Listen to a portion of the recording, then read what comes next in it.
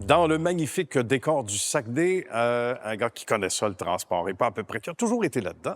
Transport PLC, c'est pour Pierre-Luc Côté. Bonjour, Pierre-Luc. Salut. Merci de nous recevoir dans ton beau, grand, gros garage. On va le dire comme ça, un gros garage.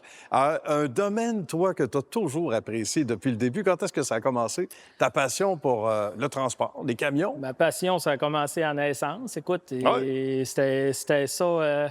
J'ai joué au Tonka en cachette jusqu'à 15 ans. Là. Ah, c'est parfait, ça. 14, en tout cas. J'étais gêné. Quand t'es rendu trop vieux puis que tu t'aperçois que ça n'a pas de bon sens parce que tes chums commencent à faire autre chose. À faire autre chose. Ben Moi, je joue encore au Tonka. Là. Ben, regarde, c'est correct. Mais tu vois, la passion, là, souvent, ça commence très jeune. Puis ça nous donne... C'est pas tout le monde, on le dit, hein? Puis j'en suis l'exemple, l'humble exemple, mais combien dans n'importe quel domaine où ça commence très tôt? Puis les parents disent, « Hey, on le sait, il va faire ça. » Mais toi, tu étais issu d'une famille dont le paternel, entre autres. Ouais, mon père est camionneur. Ça fait, écoute, il a commencé à 14 ans, il est rendu à... Mon père a 74, 75 ans, il travaille encore, il conduit encore, oh, oui. Il a tout le temps conduit des camions toute sa vie. C'est vraiment une passion chez nous. Je comprends.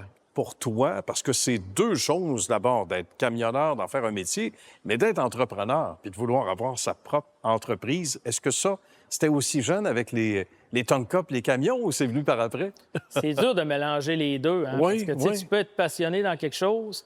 La journée que tu es un entrepreneur, c'est d'autres choses. C'est d'autres choses. Tu peux être un bon gestionnaire, puis mauvais dans ce que tu fais, puis tu peux être bon dans ce que tu fais, puis être un mauvais gestionnaire. Exact. Je pense que à base de n'importe quel entrepreneur, la passion dans ce qu'il fait, c'est ce qui est le plus important parce que tu vas mettre beaucoup d'heures, beaucoup d'énergie, beaucoup de temps.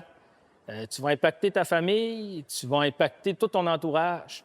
C'est sûr. Puis c'est sûr que ce côté-là, si tu n'es pas 100 dans ton domaine, 100 passionné dans ce que tu fais, ça va être lourd, ça va être dur ça va être dur d'avoir la motivation pour le faire. On est en région aussi. On est au Saguenay. C'est une réalité bien différente de ce qu'il y a ailleurs. Ça ressemble à quoi ton quotidien? Ah, bien, c'est sûr qu'au Saguenay, hein, c'est une région forestière. Ici, on a deux industries. C'est l'aluminium puis c'est le bois.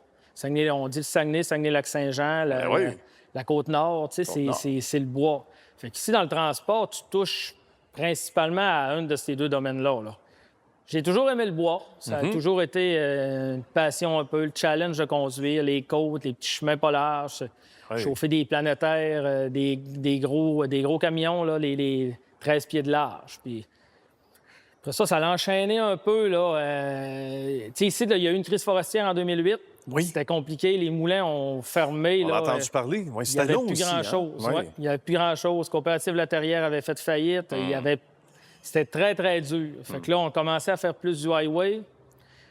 Puis là, une année, j'ai décidé d'acheter mon camion. J'ai dit, c'est pas vrai que je vais travailler. Parce que, tu sais, quand tu es en affaires, du monde qui te décourager, il y a juste de ça. Hein. Ah, bien, c'est ça. Tu devrais pas. Tu devrais pas, change de métier. Change de métier, c'est un métier de fou, les heures. Puis là, tu dis, à un moment donné, si j'attends que quelqu'un me motive, il n'y aura jamais personne. Non, c'est ça. La seule qui m'a tout le temps motivé, moi, c'est mon beau-père. OK. Toujours été en affaires.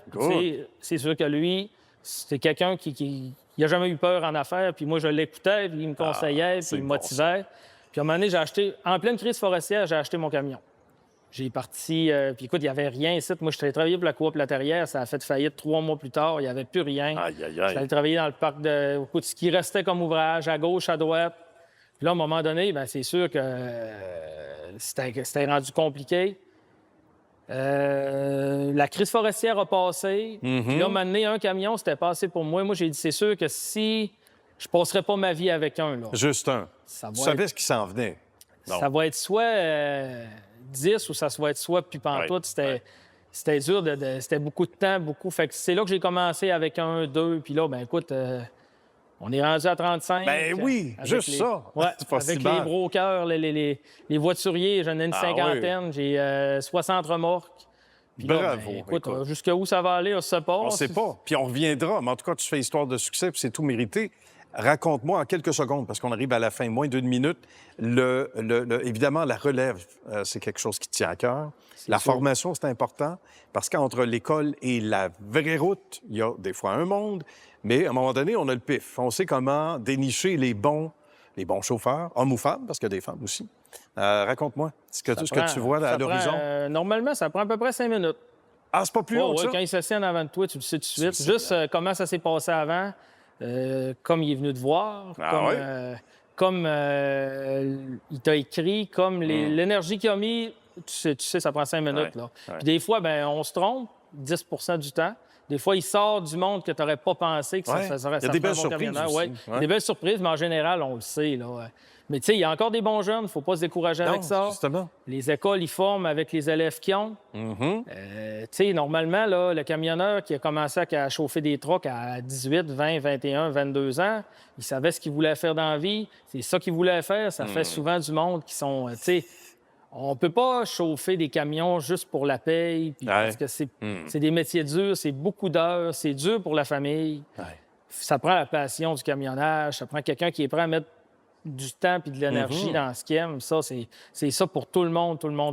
Parce que si on regarde ça seulement, je vais chercher ma paye puis je m'en vais chez nous après, c'est pas le bon domaine. Je pense qu'il y a ça dure pas longtemps. Mais l'inverse, la passion, souvent nous amène à être meilleur aussi, puis à passer à travers l'adversité. Parce que cette vie-là de camionneur, c'est comme une vie dans un téléroman. Tu as l'impression que c'est rarement un petit fleuve tranquille. Ça se passe avec beaucoup d'adversité au menu. Merci beaucoup, Pierre-Luc. Félicitations pour ton beau parcours et longue vie à la suite des choses pour Transport PLC. Merci. Merci à toi.